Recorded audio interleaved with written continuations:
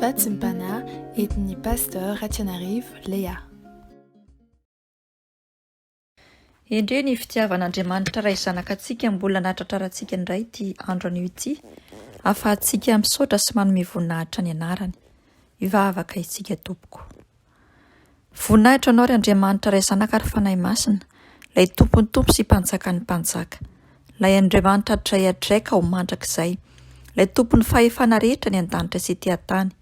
Misaotra anao indrindra mideranao mankalaza anao, miarabanao ampanetretena manoroka ny tongotra masina, noho ny fitiavanao sy ny fahalebiazanao, ka nahatratrarana indray ity andro anio ity, izay tombon'andro ahafahanay misaotra anao sy manome voninahitra ny anaranao. Mankasitraka indrindra Jesosy fa noho ny famindraponao natoza ho anay tsiraray avy, ary mbola navelonay nanay. Mankasitraka anao fanahy masina, satria dia mibitsika aminay mandrakariva ianao, mampafantatra anay ny sitrapon'Andriamanitra ray sy Jesosy Kristy zanaka.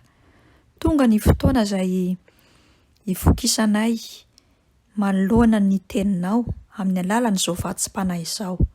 Koa dia mitenena mandrakariva raha ilay teny tonga nofo teto amin'izao tontolo izao, fa voninkiana anao izay mpanomponao mba hahafahanay mamakivaky ny tontolo andronay eo ambany elatry ny fahasoavanao sy alohavan'ny teninao. Amin'ny anaranao Andriamanitra ray zanaka ary fanahy masina no angatahanay sy anaovana izany vavaka izany. Aleluia, amen. Ny fiadanana sy ny fifaliana avy amin'Andriamanitra ray zanaka ary fanahy masina ho amintsika tsiraray avy, ary dia miarabantsika amin'ny anaran'i Jesosy Kristy avy any Nazareta tratry ity maraim-baovao ity. Ny tenin'Andriamanitra izay angalantsika ny vatsim-panahy dia ao amin'ny bokin'ny Salamo 120, Salamo 120, vakitsika amin'ny andininy voalohany, atsahatrintsika amin'ny andininy 120.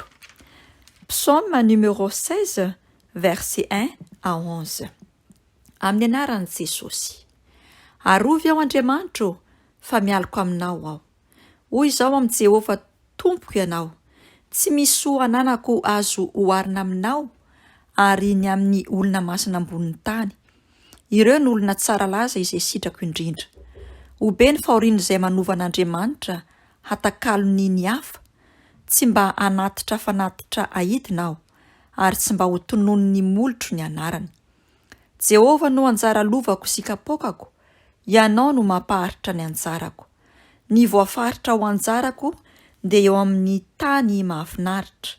Eny, manandova tsara aho. Isaotra ny Jehovah izay manome saina aho, ary na amin'ny alina aza dia mananatra ny foko. Ataoko eo anatrehako mandrakariva Jehovah, fa eo ankavanako izy ka dia tsy angozozo aho. Izany no ifalian'ny foko sy iraviravon'ny fanahiko.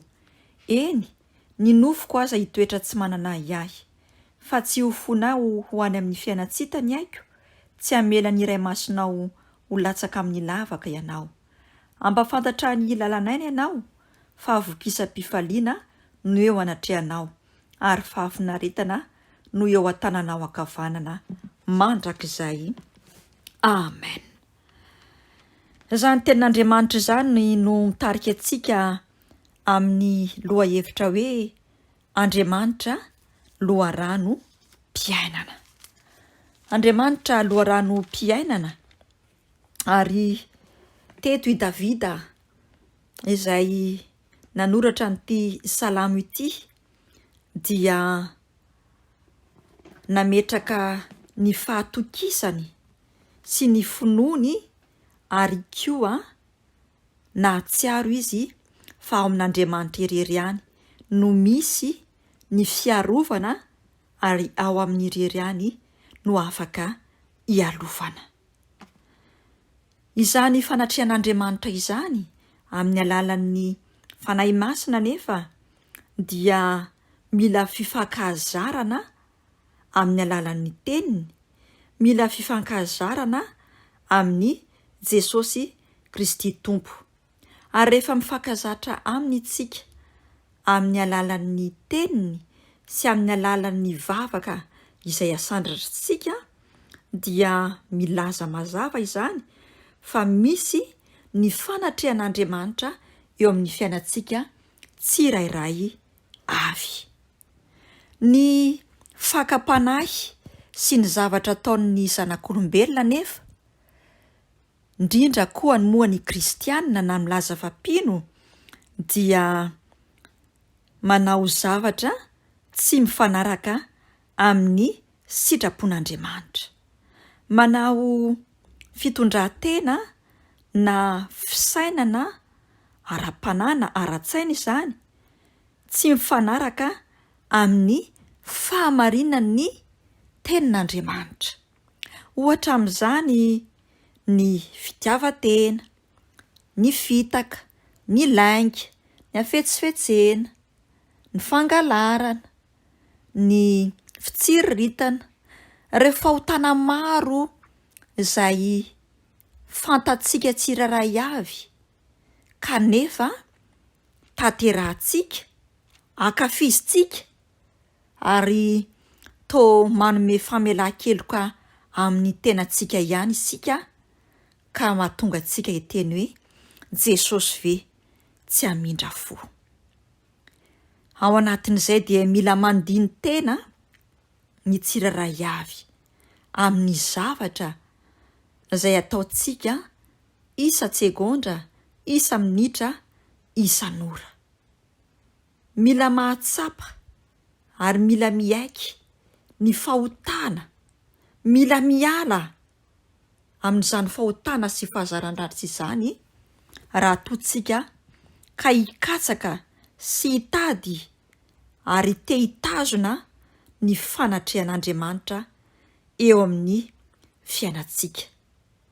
Tsy misy zavatra azontsika oharina amin'ny fahalebiazana sy ny fahefana ary ny fitiavana sy ny fiainana izay omen'Andriamanitra. Fa ny fiainana izay eritreretin'ny zanak'olombelona na zavatra izay eritreretin'ny zanak'olombelona hanome fifaliana sy fiadanana, hanome fahasambarana eo amin'ny fiainany, dia mitarika sy mitondra azy any amin'ny fahaverezana. Ary fahafinaretana mandalo avokoa izany rehetrarehetra izany kanefa misy fetra. Ny fahasambarana tanteraka sy feno ary ny fahasambarana manokana ho amin'ny fiainana dia ny miaraka amin'Andriamanitra irery ihany. Tsy misy fahatsarana hitan'ny zanak'olombelona raha tsy manana ny fanatrehan'Andriamanitra sy ny fitahiny eo amin'ny fiainany izy. Ary izany indrindra no nambaran'ny Paoly apôstôly ka nilazany hoe fa Kristy no anton'ny ahavelomako. Isika tsiraray avy izay mahare izao vatsim-panahy izao dia mba mahatsiaro ve tsika sa fantatritsika hoe inona ny anton'ny ahavelomantsika tsiraray avy? Misy mantsy ny itsika dia mieritreritra fa ny fananantsika ny fahaizana mampahalalana no antony hahavelomantsika, ny fananantsika ny vola aman-karena no antony hahavelomantsika, ny fananantsika sy ny fanaovantsika ny rendrarendra sy ny fankafizana n'izao tontolo izao no antony hahavelomantsika.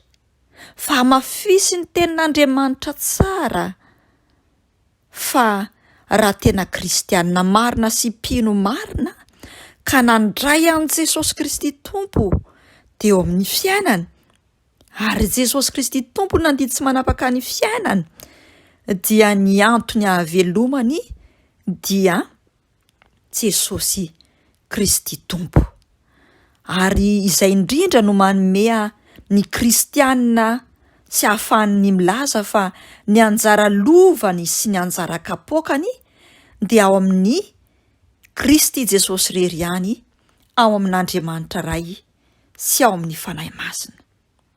Lova tena lehibe indrindra ho antsika kristianina, lova lehibe indrindra ho antsika mpino, ny mahatsapa sy mahatsiaro ary ny fanatanterahana ilay tenin'Andriamanitra izay voasoratra ao amin'ny filazantsarany Jaona 2:7-7 amin'ny anaran'i Jesosy manao hoe: raha misy ty ahy dia tandrina ny teniko izy, ary ny raiko ho tia azy, ary akao aminy izahay ka onina ao aminy.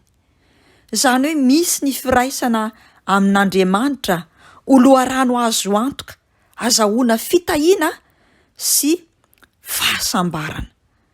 Ary ny kristianina na ny mpino dia tokony hitady tsy akamamy mandrakariva ambonin'ny zavatra rehetra ny fifankazarana akaiky amin'Andriamanitra, ny fanatrehan'Andriamanitra lalandava eo amintsika sy ny fitoerany ao anatintsika sy eo anivontsika no hitantanany sy hiarovany atsika ka hanomezany atsika ny fifaliana ary koa mahatonga azy hanangana atsika amin'ny lafim-pahafatesana na ny endrim-pahafatesana rehetra eo amin'ny fiainantsika.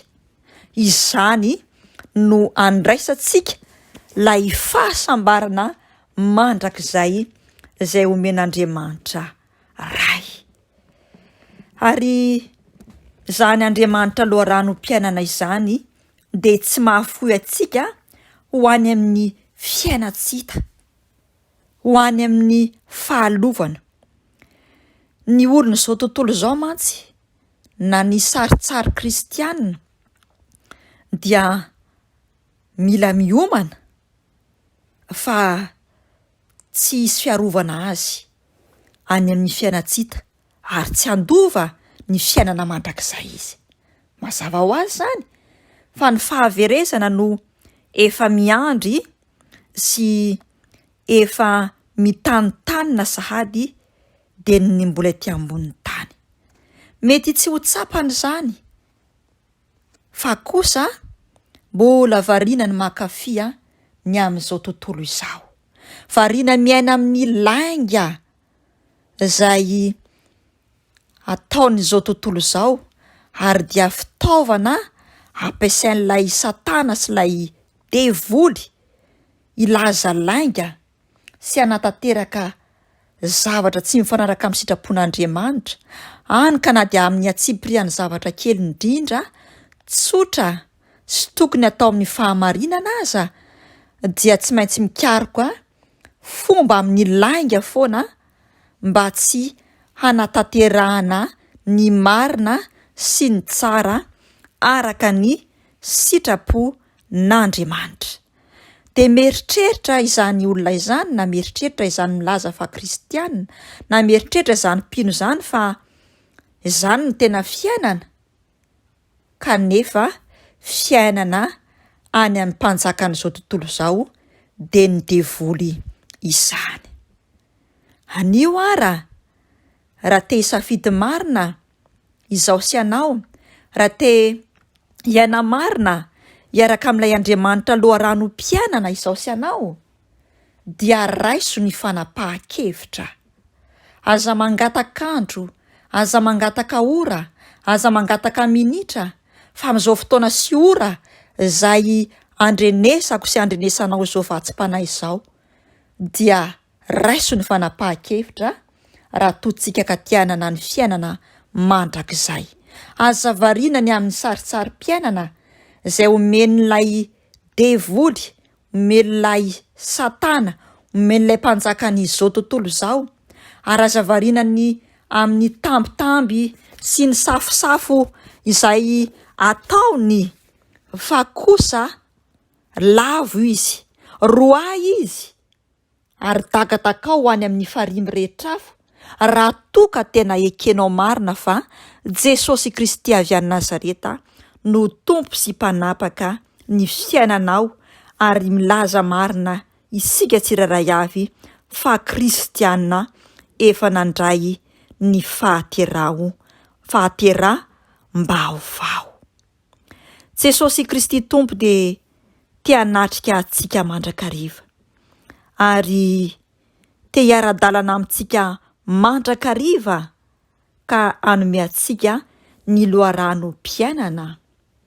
Mbola tsy tara fa dia ny mbola tsy mitsoka ny trompetra dia miala nenina amintsika Andriamanitra, ary tsaroa fa Jesosy Kristy Tompo dia mitomany eo anatrehan'Andriamanitra ray, mangataka amin'Andriamanitra ray hoe aza mbola tsofina reny trompetra fa aleo hiala nenina ilaza sy anambara izany hafatra izany ho an'ireo zanak'olombelona, ho an'ireo izay milaza fa mpino, ho an'ireo milaza izay fa kristianina, milaza fa te hanara-dia, satria tiako mba hiara-belona aminao Andriamanitra ray sy hanana ilay fiainana ao aminao izay loharano-piainana izay rehetra nomenao ahy. Aza vela ho raraka tany izany ranomason'i Jesosy mijohy eo amin'ny tongotr'Andriamanitra ray izany, ary aza vela ho vongan-drano na vongan-dra ny koriana ao anatin'ny masony noho ny fahotako sy ny fahotanao, fa aoka kosa ho rikiriko-pahotana isika tsiraray avy.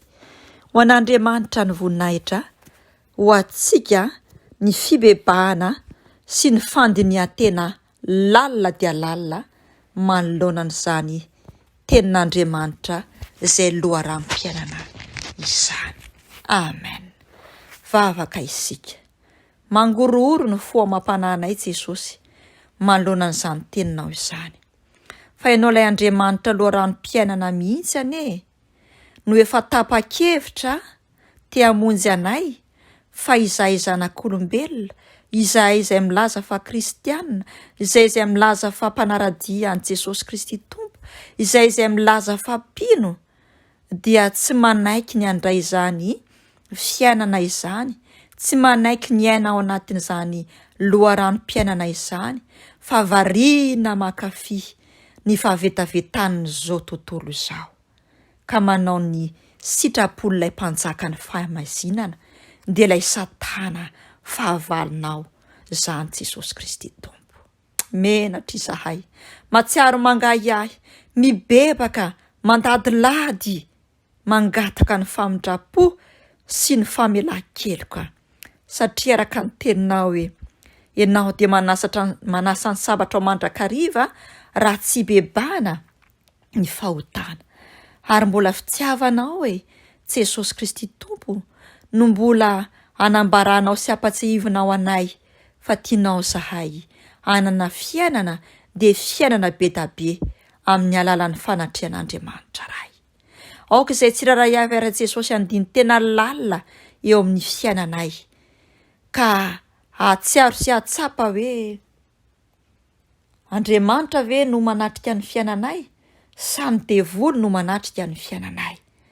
Aoka izay tsiraray avy andiny tena lalina ka ndray fanapahan-kevitra tanteraka, ahafahanay misafidy na andova ny fiainana mandrakizay na ny fahaverezana mandrakizay.